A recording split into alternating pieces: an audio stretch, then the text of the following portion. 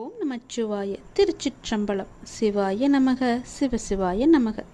வாழ்க்கையில் நிம்மதிக்கு வழி குறைவு, ஆனால் குழப்பத்திற்கு நிறைய வழிகள் உண்டு. குழப்பம் தரக்கூடியதை செய்யாமல் இருந்தாலே வாழ்வில் நிம்மதியாக இருக்கலாம்.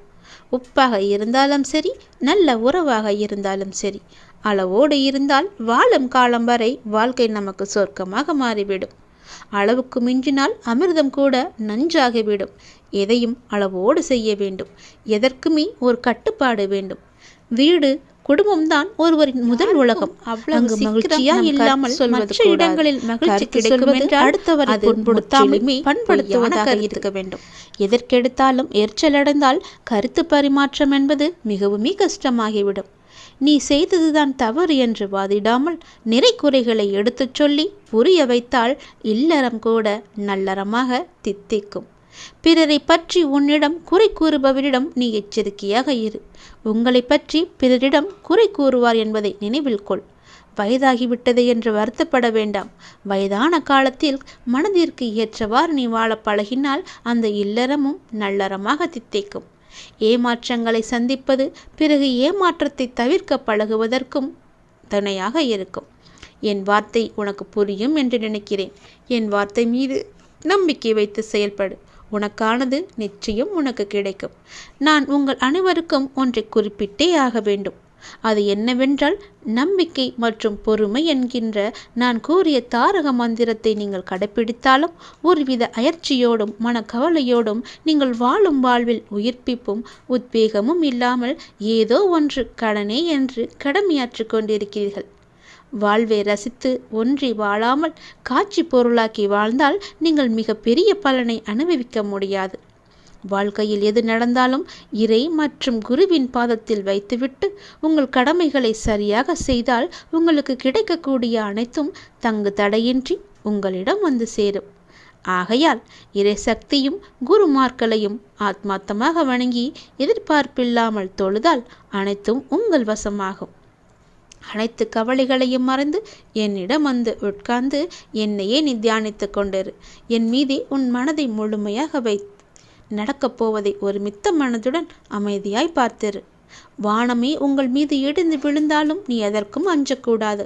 உங்களை காப்பாற்ற நான் இருக்கும்போது ஏன் இந்த வீண் கவலை? கலங்குவதால் நீ என்னிடமிருந்து தூரமாக போகிறாய் என்பதை நீ உணர்ந்து கொள்ள வேண்டும். எனவே என் மீது பூரண நம்பிக்கை கொண்டு செயல்படு. வைராக்கியத்தை வளர்த்துக்கொள்.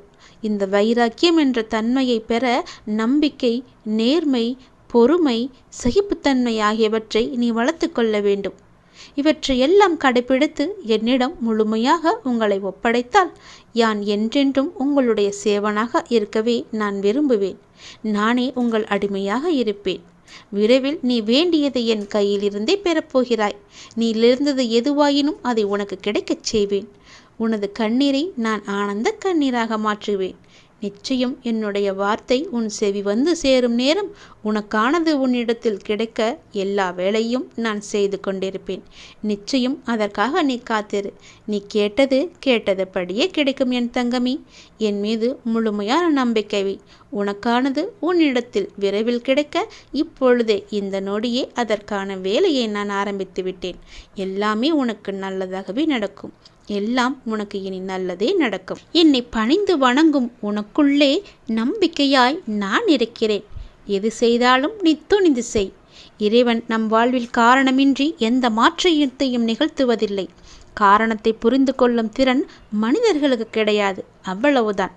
நிகழ்த்துபவனை முழுமையாக உணர்ந்தவர்களுக்கு நிகழும் அனைத்தும் நல்லதாகவே தெரியும்.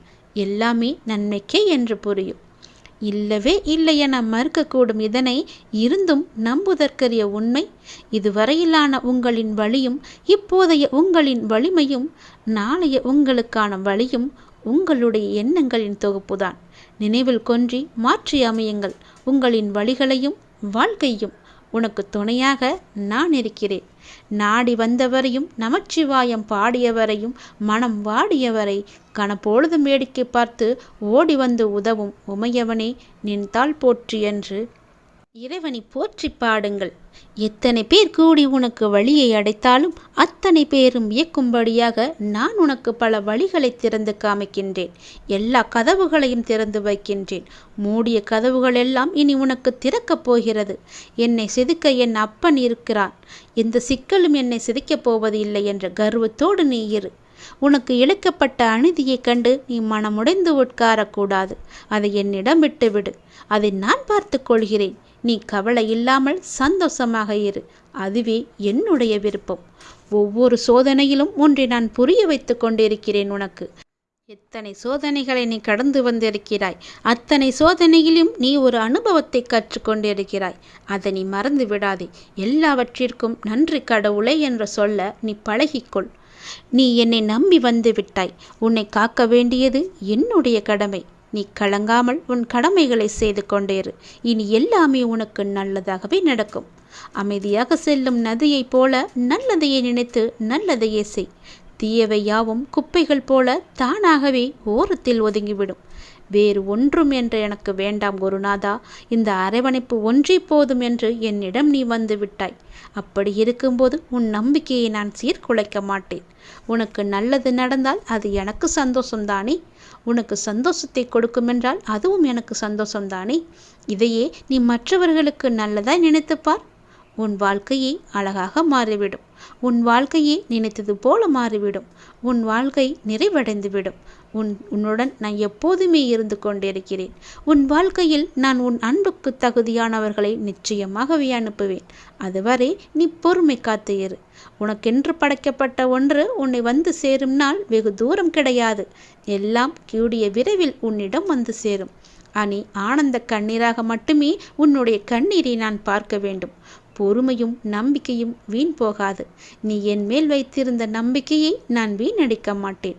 உன்னுடன் நான் எப்போதுமே இருப்பேன். அப்பாவின் சோதனை தன்னிடம் மிக நெருக்கமாக இருப்பவர்களிடம் அவர்களால் தாங்க முடியாத அளவு இருக்கும். இனி அவரை நம்ப வேண்டாம் என்ற நிலை வரை கொண்டு வந்துவிடும். அதையும் கடந்து அப்பாவின் கால்களை விடாமல் இறுக பற்றி கொண்டு இருப்பவர்கள் மட்டுமே அவரிடம் உன்னத நிலையை அடைய முடியும். அவரின் லீலைகளை பெற முடியும். நீயும் என் மீது முழுமையான நம்பிக்கை வைத்திருக்கிறாய். உன்னை நான் விட மாட்டேன். நீ எதை செய்கிறாயோ, எதை உணர்கிறாயோ, எதை உண்கிறாயோ, எதை ஹோமம் செய்கிறாயோ, எதை தானம் செய்கிறாயோ அவற்றையெல்லாம் எனக்கு அர்ப்பணம் செய். இதனால் புண்ணிய பாவங்களிலிருந்து நீ விடுபடுவாய் என்கிறார் இறைவன். அதாவது நாம் செய்யும் காரியங்களை எல்லாம் பகவானுக்கு அர்ப்பணமாக செய்வது பிரம்மார்ப்பணம். பிரம்மார்ப்பணம் என்பது முக்தி நிலைக்கு அழைத்துச் செல்லும் முதல் படி. முதல் படியில் ஏறுவது எளிது அல்லவா? இறைவனுக்கு நாம் அன்புடனும் ஆசையுடனும் ஆர்வத்துடனும் எதை சமர்ப்பித்தாலும் அதை உள்ளன்போடு இறைவன் ஏற்றுக்கொள்கிறார். அது மட்டும் உண்மை. எவன் பக்தியுடன் ஒரு பச்சிலையோ புஷ்பத்தையோ தீர்த்தமாகவோ சமர்ப்பிக்கின்றானோ அவற்றையெல்லாம் உள்ளன்புடன் பிரியமாய் நான் ஏற்றுக்கொள்கிறேன். அதற்கு பல உதாரணங்கள் கூட இருக்கின்றன. குசேலர் பக்தியுடன் தந்த ஒரு பிடி அவள், திரௌபதி தந்த ஒரு சிட்டிகை கீரை, கஜேந்திரன் துதிக்கையால் எடுத்து அளித்த புஷ்பம், சபரி அளித்த பழம் என இப்படி பக்தியுடன் வழங்கப்பட்ட எளிய பொருட்களை இறைவன் ஏற்றுக்கொண்டிருக்கிறான். இறைவன் எல்லோருக்குமே சமமானவன். இறைவன் ஏற்றுக்கொண்டான் என்பதற்கு ஆதார பட்டியல் நீண்டு கொண்டே போகும். இறைவன் நம்மிடமிருந்து பெரிதாக எந்த பொருளையோ கஷ்டமான எந்த ஒரு காரியத்தையோ அவர் எதிர்பார்ப்பதில்லை. ஆகையால் நம் உடலாலோ மனதாலோ வாக்காலோ தர்ம செயல்களாலோ பக்தியினாலோ இயற்கை வசப்பட்டு சுபவாசத்தாலோ எதை செய்கிறோமோ அது எல்லாவற்றையும் இறைவனுக்கே என அர்ப்பணிக்க வேண்டும்.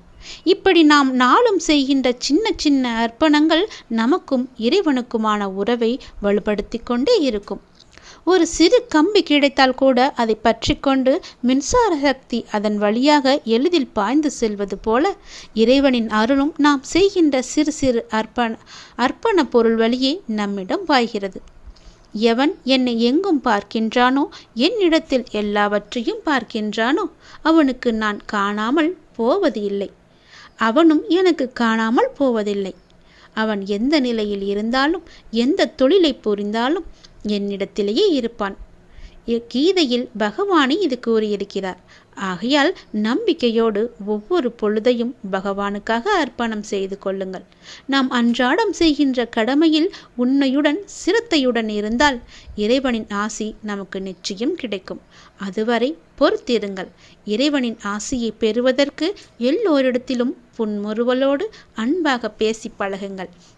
உங்களிடம் வேண்டி வருபவருக்கு இல்லை என்று சொல்லாமல் உங்களால் முடிந்த உதவியை செய்யுங்கள். எல்லாம் உங்களுக்கு இறைவன் கொடுத்தது. அதை நீ கேட்பவருக்கு கொடுப்பதில் உங்களுக்கு என்ன வருத்தம்? உங்களால் முடிந்தால் செய்யுங்கள். இல்லையேல் அன்பாக பேசி அவர்களை அனுப்பிவிடுங்கள். வருவது யாராக வேண்டுமானாலும் இருக்கலாம். அதனால் வருவது அறிந்து கேட்பது அறிந்து உங்களால் கொடுக்க முடிந்ததை கொடுத்து அவர்களை அனுப்பிவிடுங்கள். நல்லபடியாக அனுப்பிவிடுங்கள். அவரிடம் கடும் கோபத்தால் பேசி அவர்களின் வாதத்திற்கு நீங்கள் வாக்குக்கு சபிக்கப்பட்ட வாக்காக கூட மாறிவிடலாம். அதனால் அவர்களை இன்பமாக அனுப்பிவிடுங்கள். உங்களுக்கு இறைவனின் அருள் நிச்சயமாகவே நிலைத்து நிற்கும். தூங்காத இரவுகள் இருக்கலாம், ஆனால் விடியாத இரவும் இல்லை, முடியாத செயலுமே இல்லை. நிச்சயமாகவே நடக்கும் என்று நம்பு. வெற்றி நிச்சயமாகவே கிடைக்கும். எதற்குமே கலங்காதே. நீ வேண்டியது அனைத்துமே நிச்சயம் நிறைவேறும். நான் நிறைவேற்றி தருவேன். எல்லாமே கூடிய விரைவிலேயே உன்னுடைய கஷ்டங்கள் எல்லாமே முடிவரும். அதுவரை உன் அப்பாவின் மேல் நம்பிக்கை வைத்து கொஞ்சம் பொறுமையாக இரு. உனக்கான நல்ல பலன் நிச்சயமாகவே உன்னை வந்து சேரும். துணிந்து நில். உனக்கு துணையாக என்றுமே நான் இருப்பேன். உனக்கு வருவதாக நினைக்கிற நன்மையும் தீமையும் நான் உன்னை சரிப்படுத்துவதாக வருகிறது என்பதை நீ உணர்ந்து கொள். உன்னை மேம்படுத்தவே மேற்கொண்டு வருகிறேன். உனது உணர்வு பக்தியாக மாறி என்னையே நீ குலதெய்வமாக வழிபடுவாய். எந்த நிலையிலும் நான் உன்னை கைவிட மாட்டேன் என்ற நம்பிக்கை உனக்குள் வேண்டும். என்ன கஷ்டமானாலும் என்ன, எல்லாமே என் அப்பாவையே சேரும் என்று எண்ணிக்கொள். உனக்கு நான் இருக்கிறேன். உன் வேதனை பலரை சிரிக்க வைக்கலாம். ஆனாலும் உன்னுடைய செருப்பு ஒருவரையுமே வேதனைப்படுத்தக்கூடாது என்பதை மட்டும் தெளிவாக அறிந்து கொள். பொறு. உன்னுடைய கவலைகளை எல்லாமே தூக்கி எறி. உன்னுடைய துன்பங்கள் எல்லாமே ஒரு முடிவுக்கு வந்துவிட்டன. ஒருவன் எவ்வளவுதான் நசுக்கப்பட்டு வேதனைப்பட்டவனாக இருப்பினும் இந்த ஆலயத்தில் கால் வைத்த உடனே அவன் மகிழ்ச்சியின் பாதையில் செல்வான். நிச்சயமாகவே அவனுடைய கர்மாக்களை முடிப்பது என்னுடைய பொறுப்பு. நீ விரும்பிய வாழ்க்கையை நான் உனக்கு கொடுக்கப் போகிறேன். நீ விரும்பிய வாழ்க்கையை நீ வாழ வைப்பேன்.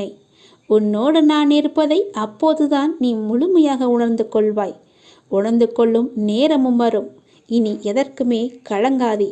எந்த சூழ்நிலையிலுமே உன்னுடைய அப்பா நான் கைவிட மாட்டேன். நான் இருக்கிறேன் என்று நம்பு. என்னுடைய நாமத்தை நீ தினமும் 11 முறை சொல்லிக்கொண்டே இரு.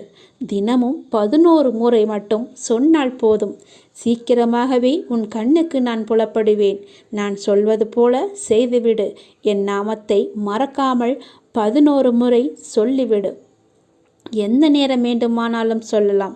எப்போது வேண்டுமானாலும் என்னை கூப்பிடலாம். நீ எப்போது என்னை கூப்பிடுவாய் என்றுதான் நான் காத்து கொண்டிருக்கிறேன். விரைவிலேயே உன்னுடைய அழைப்புக்காக நான் காத்திருக்கிறேன். உன்னுடைய அழைப்பை ஏற்று நான் உன் வீட்டிற்கு வரப்போகிறேன். எதற்காகவும் அஞ்சாதே. உன்னோடும் உன் குடும்பத்தோடும் உன் அப்பா இருக்கிறேன். இவ்வுலகில் இன்பமும் துன்பமும் நிலையற்றது. இன்றிருப்பது நாளை மாறிப்போகும். எனவே மனம் கலங்காமல் இரு. உன் அப்பா நான் உன்னை விட்டு மாறவே மாட்டேன்.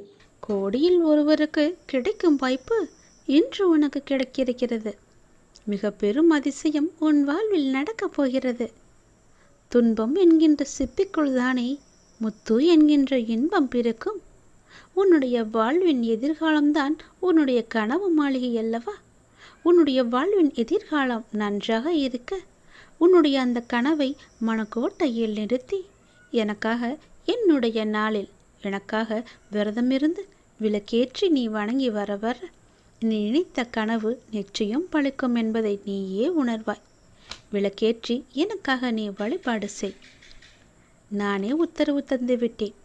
உன் வாழ்வில் நீ எடுக்கும் புதிய முயற்சிகள் சிறிது தயக்கத்தை தந்தாலும் வெற்றியையும் தரும். உன்னால் முடியாது என்று மற்றவர்கள் கூறினாலும் நீ உறுதியான வைராக்கியம் கொண்டு அதனை செய்து முடிக்கப் போகின்றாய். உன்னுடைய நேர்மறை எண்ணங்களும் அதற்கு ஒரு துணையாக இருக்கும். உன் மனதில் உள்ள கவலைகளுக்கு எல்லாம் ஒரு முடிவு கிடைக்கும்.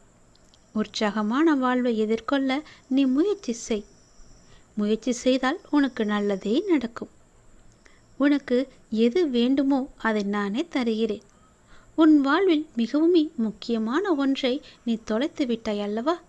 அந்த தொலைத்த பொருளாக இருக்கலாம், மனித உயிராக இருக்கலாம். ஏதோ ஒன்று அது உன்னிடம் வந்து சேரப்போகிறது. ஏதோ ஒன்று நீ தொலைத்ததிலிருந்து உனக்கு கிடைக்கப் போகிறது. அது உனக்கு மன மகிழ்ச்சியை நிச்சயமாகவே தரும். நீ தொலைத்ததை விட அது பல மடங்கு நன்மையை உனக்கு தரும்.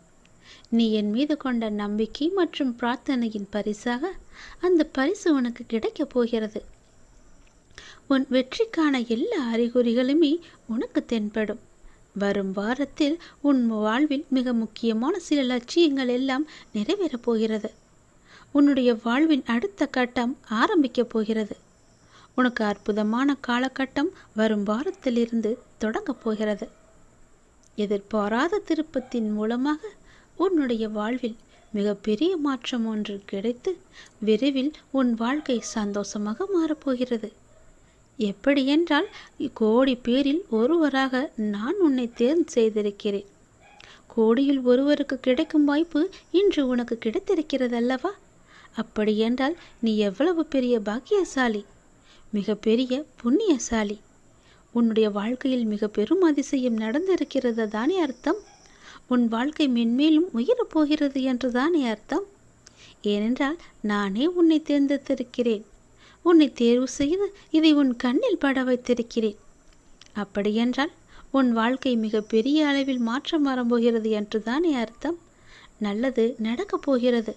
உன் வாழ்வில் வரும் வாரத்தில் முக்கியமான சில நிகழ்வுகள் எல்லாம் நடந்து உன் வாழ்க்கை அற்புதமான காலகட்டத்தில் ஆரம்பிக்கப் போகிறது, நுழையப் போகிறது. உன் வாழ்க்கையும் நீ எதிர்பார்த்தது போலவே சந்தோஷமாக மாறப்போகிறது. இது அப்பாவின் வாக்கு. நிச்சயம் உனக்கு நிச்சயம் பலிக்கும் என்பதை மறவாதே.